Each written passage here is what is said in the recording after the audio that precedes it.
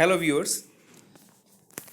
अगर आप किसी प्रतियोगिता की तैयारी कर रहे हैं या किसी कंपटीशन की तैयारी कर रहे हैं तो आपको जो क्वेश्चन आते हैं वो आते हैं सिर्फ और सिर्फ जो भी मैं बताऊंगा इन चार जगह से क्वेश्चन आते हैं।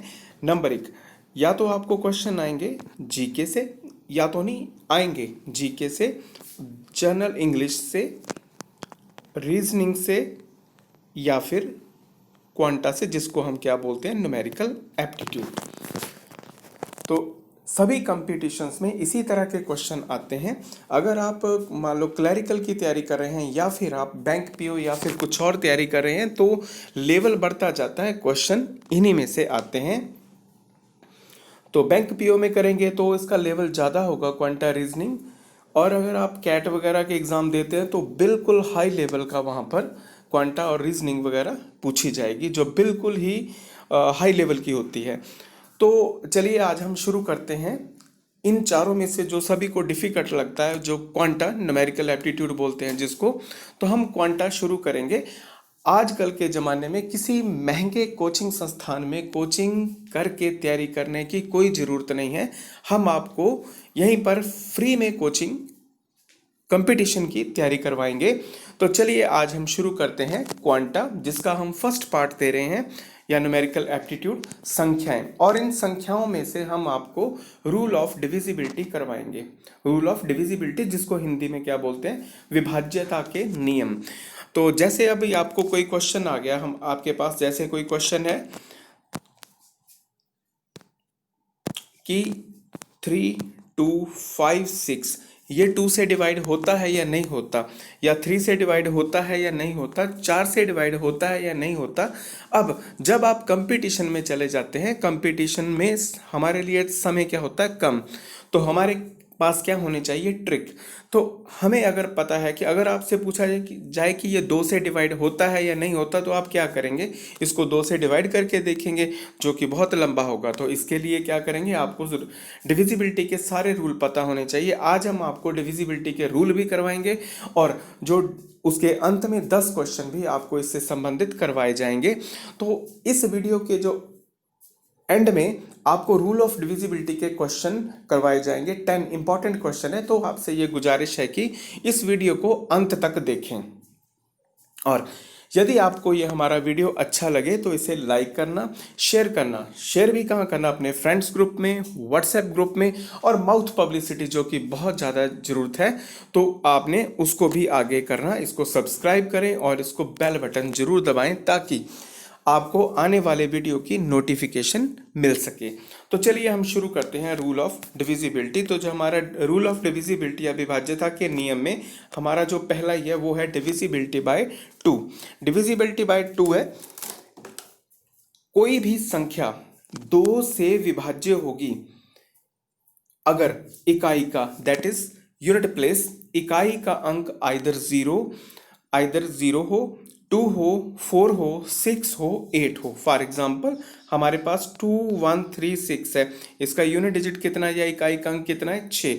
हमें पता है कि अगर यूनिट डिजिट 0 है, 2 है, 4 है, 6 है, 8 है, then it means that it is divisible by 2। And next is second, divisibility by 3. Any number is divisible by 3 if number of its digit is divisible by sum of all number of digit is divisible by 3. कोई भी संख्या 3 से विभाज्य होगी अगर सभी अंकों का जोड़ 3 से विभाज्य हो। हमारे पास मैंने हर एक क्वेश्चन के नीचे रूल भी लिखा और उसके नीचे एग्जाम्पल भी दिए, जैसे 3, 4, 7, 1। इन सभी जितने भी अंक हैं उनको हम क्या करेंगे, जोड़ करेंगे। जब इनका जोड़ किया कितना आ गया, 10 और 5, 15। 15 किससे डिवाइड होता है, 3 से। इसका मतलब है कि ये क्या है, 3 से डिविजिबल है। डिविजिबिलिटी बाय 4, कोई भी संख्या 4 से विभाज्य होगी, 4 से भाग होगी अगर इसके आखिरी दो अंक कौन कौन से, जैसे ये 14, 48 है, आखिरी दो अंक कितने हैं, 48। अगर ये किससे डिवाइड होते हैं, 4 से डिवाइड होते हैं, तो ये पूरी संख्या किससे डिवाइड होगी, 4 से। 48 क्या है, ये 4 से विभाज्य है क्योंकि 48 4 से विभाज्य, आखिरी दो अंक। फोर्थ है डिविजिबिलिटी बाय 5। यदि संख्या में इकाई अंक अगर यूनिट प्लेस पर 0 पड़ा है या फिर 5 पड़ा है तो इसका मतलब क्या है, इसका मतलब यह है कि वो पूरी की पूरी संख्या 5 से विभाज्य है, दैट इज डिविजिबल बाय 5। अगला नेक्स्ट है हमारे पास डिविजिबिलिटी बाय 6। कोई भी संख्या, अब आपको पता है कि 6 है जो उसका, वो अगर उसको तोड़े उसके फैक्टर क्या है, 2 इंटू 3। 6 का कोई अपना रूल नहीं है। 6 का रूल ये है कि कोई भी संख्या 6 से डिविजिबल होगी अगर वो 2 से भी होती है और 3 से भी होती है। तो इसका मतलब आपको रूल पता होना चाहिए किसका, 2 का भी और 3 का भी। 2 का हमें पता है कि इसके यूनिट प्लेस पर क्या होना चाहिए, 0 2 4 6 8, और इसके सभी अंकों का जोड़ किससे डिवाइड होना चाहिए, 3 से। इसका मतलब कि अगर हमें ये दोनों रूल याद है तो हम बोल सकते हैं कि ये जो संख्या है वो 6 से डिविजिबल है या नहीं। तो मैंने एग्जांपल देके बताया है कि 2 3 4 6, तो इसके ये 2 से डिविजिबल है। क्यों? क्योंकि इसके जो यूनिट प्लेस पर है वो कौन पड़ा है, 6। तो अगर 6 पड़ा है तो ये 2 से डिविजिबल है। और इनके सभी का जोड़ कितना आया, इन सभी का जोड़ आया हमारे पास 2 3 कितना हो गया 5 5 4 9 9 6 कितने हो गए 15, जो कि 3 से विभाज्य है। तो इसके बाद अगला है हमारे पास डिविजिबिलिटी बाय 7। तो ये भी ध्यान से देख लेना। डिविजिबिलिटी बाय 7, कोई भी संख्या 7 से भाग होगी अगर संख्या का आखिरी अंक, जैसे मैंने यहाँ सर्कल किया, आखिरी अंक क्या है 5, इसको किससे मल्टीप्लाई करेंगे, 2 से। आखिरी अंक का दोगुना और बाकी बची हुई अंकों की घटा, बाकी बचे हुए कौन से, 227। 227 में से क्या कम कर देने, 10। 10 कहाँ से आए, ये जो ये बड़ा, तो कितने बन गए हमारे पास 217, जो कि 7 का गुणज है, डिवाइड होता है ये 7 से। डिविजिबिलिटी बाय 8, ये 4 की तरह ही है, लेकिन इसमें अंक 2 नहीं है, इसमें लास्ट 3 अंक देखे जाते हैं कि वो डिवाइड होते हैं 8 से या नहीं। डिविजिबिलिटी बाय 8, कोई भी संख्या 8 से विभाज्य होगी अगर संख्या के आखिरी 3 अंक 8 से विभाज्य हो। जैसे यहाँ पर देखो 42360, आखिरी 3 अंक कौन से हैं, 360, जो कि 8 से विभाज्य है। और जो डिविजिबिलिटी बाय 9 है, ये डिविजिबिलिटी बाय 3 की तरह इसका रूल है। इसमें क्या किया जाता है, इसमें भी कोई भी संख्या 9 से विभाज्य होगी अगर सभी अंकों का जोड़ 9 से विभाज्य है, मतलब भाग होता है। जैसे 4941, जब इनको ऐड किया तो 18 आया। 18 किससे डिवाइड होता है, 9 से। 18 by 9 equal to 2, that is 9 से विभाज्य है। अगला है डिविजिबिलिटी बाय 10, कोई भी संख्या 10 से विभाज्य होगी अगर उसका इकाई अंक कितना है, 0। फॉर एग्जांपल हमारे पास कितना 100, 100 में इकाई अंक क्या है, 0। 1000 है तो उसमें भी इकाई अंक क्या है, 0। इसका मतलब ये क्या है, डिविजिबल, ये जो संख्या किससे भाग होगी, 10 से। डिविजिबिलिटी बाय 11, ये थोड़ा सा कॉम्प्लिकेटेड है लेकिन मैंने बिल्कुल सिंपल तरीके से समझाया है। कोई भी संख्या 11 से विभाज्य होगी अगर सम स्थानों के अंकों का योग और विषम स्थानों के अंकों का योग, इन दोनों का जो अंतर है वो या तो 0 आए या फिर 11 से विभाज्य हो। तो जैसे यहाँ नीचे एक संख्या लिखी गई है, बड़े ध्यान से देखो, ये जो नीचे एक संख्या दी गई है 472967, तो इसमें यहाँ से शुरू कर लेते हैं। ये 7, ये फर्स्ट प्लेस वाला है, अगला second, third, fourth, fifth, sixth, ये हमारे पास 6 प्लेस है। तो इसमें जो पहला है फर्स्ट वाला वो ऑड प्लेस है, फर्स्ट 3 6, ये सारे फर्स्ट 3 5, ये जो मैंने सर्कल किए हैं ये सारे ऑड प्लेस वाले हैं। जो बचे हुए हैं 2 4 6, ये हमारे पास कौन से प्लेस है, ये हमारे पास सम स्थान है। तो सबसे पहले हम शुरू करते हैं सम स्थानों के अंकों का योग। सम स्थान पर कौन कौन से पड़े हैं, दूसरे नंबर पर कौन पड़ा है 6, और चौथे नंबर पर कौन पड़ा है 2, और छठे नंबर पर कौन पड़ा है 4। तो ये इनका जोड़ किया तो 6 4 10, 10 और 2 कितना आ गया हमारे पास 12, 10 और 2 कितना आ गया 12। उसके बाद है जो विषम स्थान वाले जो सर्कल पर पड़े हैं, पहले प्लेस फर्स्ट प्लेस पर कौन है 7, फर्स्ट प्लेस पर 7, और थर्ड पर 9, और फिफ्थ प्लेस पर 7, इनका जोड़ किया कितना आ गया 23। और इन दोनों का अंतर कितना हुआ, इन दोनों का 23 - 12 इज इक्वल टू कितना आ गया, अंतर आ गया हमारे पास 11। मैंने शुरू में कहा था कि जो कोई भी संख्या 11 से डिवाइड कब होगी, जब इनका अंतर या तो 0 आए या फिर 11 से विभाज्य हो। तो 11 आ गया जो कि 11 से विभाज्य है, तो इसका मतलब ये संख्या किससे भाग होगी, 11 से। तो आगे जो आएंगे वो इन्हीं का रूप होंगे। तो सबसे पहले हमारे अगला आया डिविजिबिलिटी बाय 11, कोई भी संख्या 12 से विभाज्य कब होगी? 12 को अगर फैक्टर किए जाएं तो 12 कैसे बनते हैं? 3 इंटू 4। अब 12 का कोई अपना नियम नहीं है। 12 बनता कैसे? 3 इंटू 4, ये इसके फैक्टर है। कोई भी संख्या 12 से विभाज्य होगी अगर वो 3 से भी विभाज्य हो और 4 से भी। 3 से विभाज्यता का नियम क्या है? सभी संख्या के सभी अंकों का जोड़ क्या होना चाहिए? 3 से भाग होना चाहिए। 4 का क्या है? आखिरी 2 अंक किससे भाग होने चाहिए? 4 से, तब वो संख्या 4 से विभाज्य होगी। तो यहाँ पर अगर हम देखा जाए 6 3 4 8, तो ये संख्या 3 से विभाज्य है क्योंकि इसके जो अंकों का जोड़ है 6 3 9 4 13, 13 और 8 कितने बन गए? 21। तो 21 किससे विभाज्य है? 3 से। इसका मतलब ये संख्या 3 से विभाज्य है। और उसके बाद क्या है? उसके बाद आखिरी 2 डिजिट कितने हैं? क्योंकि 4 से भी चेक करना है। आखिरी 2 डिजिट कितने हैं? 48। 48 किससे डिवाइड होते हैं? 4 से। इसका मतलब ये संख्या 3 से भी विभाज्य और 4 से भी विभाज्य है। तो इसका मतलब ये संख्या किससे विभाज्य है? 12 से विभाज्य है। तो यहाँ तक थे हमारे नियम। वैसे तो बहुत और भी है, लेकिन आगे वाले है जो वो इनके फैक्टर करके ही बन जाते हैं। तो अब हम इनके कुछ इंपॉर्टेंट क्वेश्चन जो इनके ऊपर बेस्ड है वो करते हैं। तो अगली जो है हमारे पास question related to rule of divisibility. तो इसका जो पहला क्वेश्चन है, फर्स्ट क्वेश्चन जो है, यदि n एक प्राकृतिक संख्या है, प्राकृतिक संख्या मीन्स नेचुरल नंबर, और हमें पता है कि नेचुरल नंबर कहाँ से शुरू होते हैं? 1 से। 1 2 3 4 समथिंग अप टू इन्फिनिटी। यदि n एक प्राकृतिक संख्या है तो उसके तो बताना है कि जो n इंटू n प्लस 1 है वो किससे विभाज्य है? 3 से, 5 से, 2 से या 7 से? ऐसे तो पता नहीं लगना। हमें क्या करना है? हमने n की जगह 2 को वैल्यू भर के देख लेनी, उसके बाद हमें पता लग जाएगा। मान लो हम n की जगह क्या भरते हैं? 1। नीचे मैंने करके बताया n की जगह क्या भरते हैं? 1। तो जब ये भरा इसमें तो कितना आ गया? 2, जो कि 2 से विभाज्य है।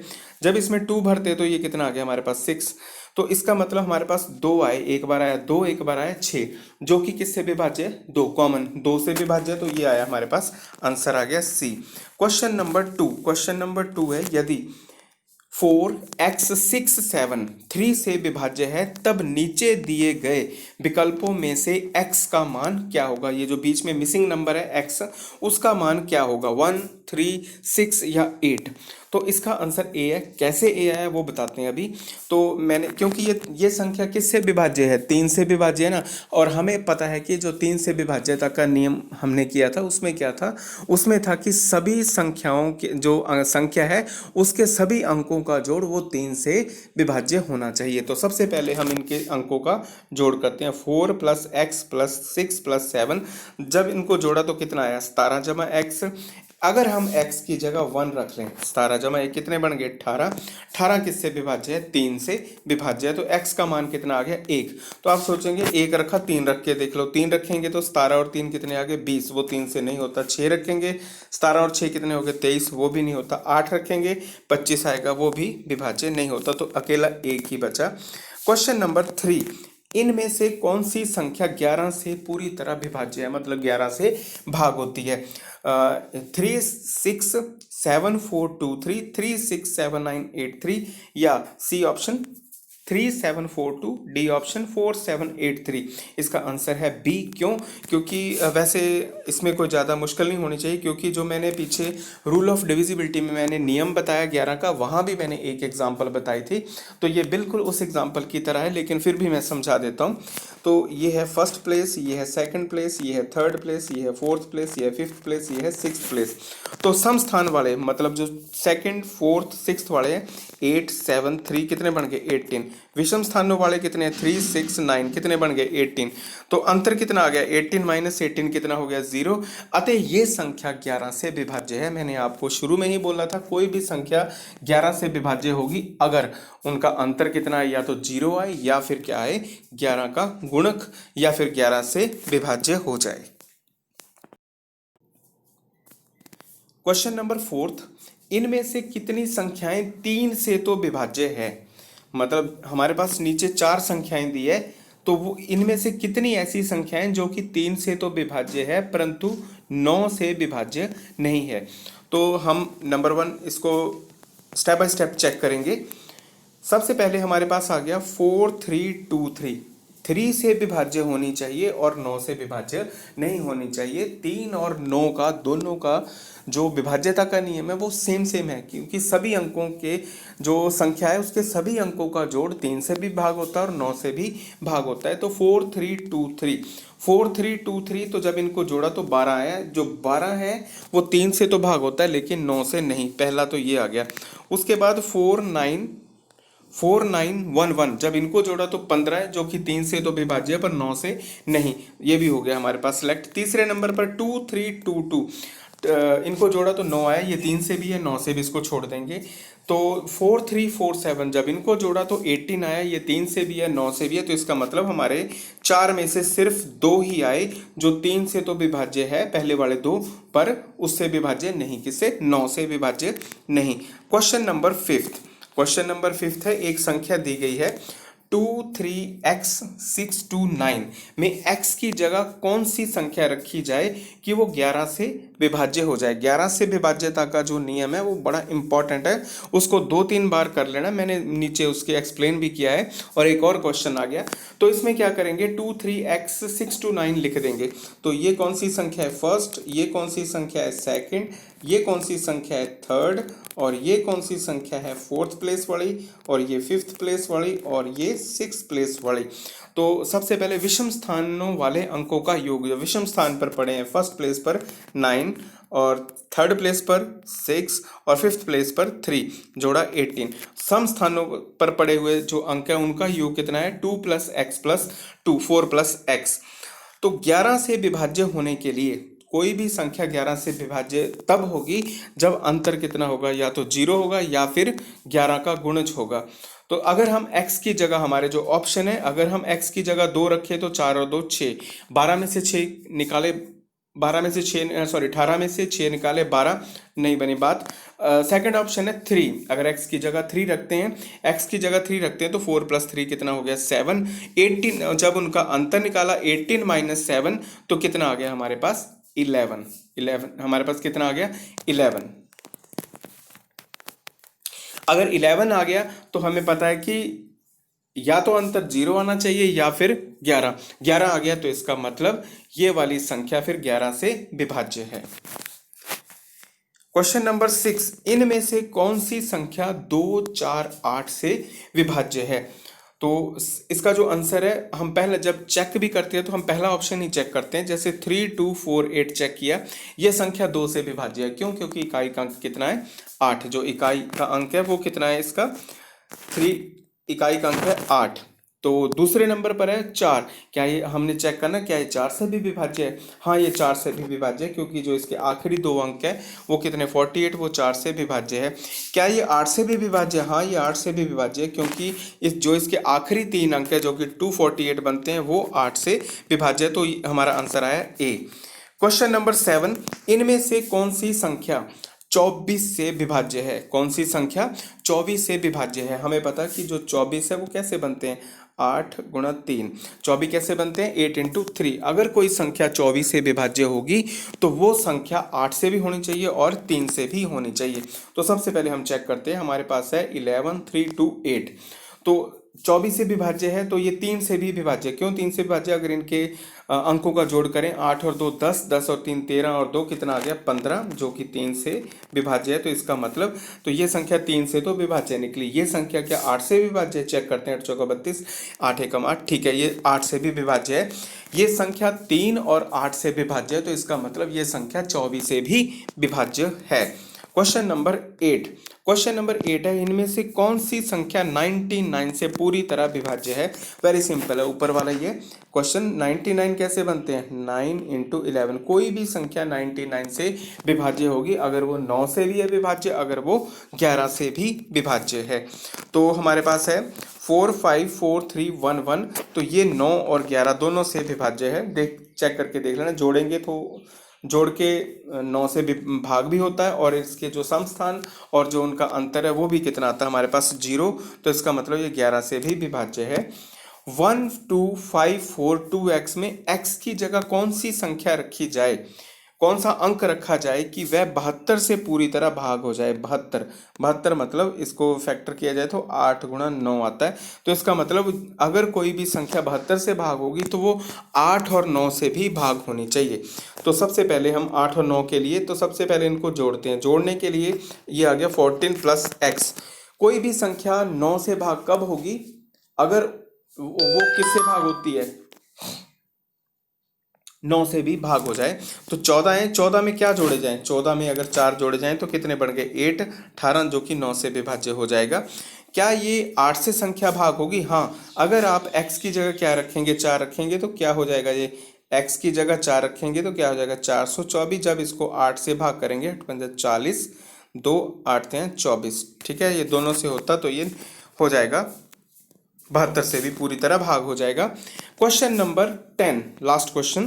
क्या 426 426 गुणा 312 2 से विभाज्य है? अब आप सोच रहे होंगे कि इतनी बड़ी जो संख्या है इसको पहले तो गुणा करेंगे, फिर इसको आगे करेंगे, फिर हम उसका निकालेंगे कि इसके जो इकाई का अंक है उसमें 0 आया, 2 आया, 4 आया, 6 आया, 8 आया।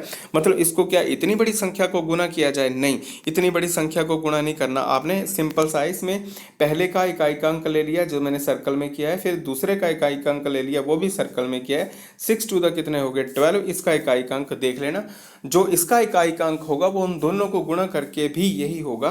तो इसका मतलब है इसमें इकाई का अंक कितना आया? 2। अगर इसकी गुणा में इकाई का अंक 2 आया तो इसका मतलब है कि ये पूरी संख्या 2 से विभाज्य है। इसका आंसर आया हाँ।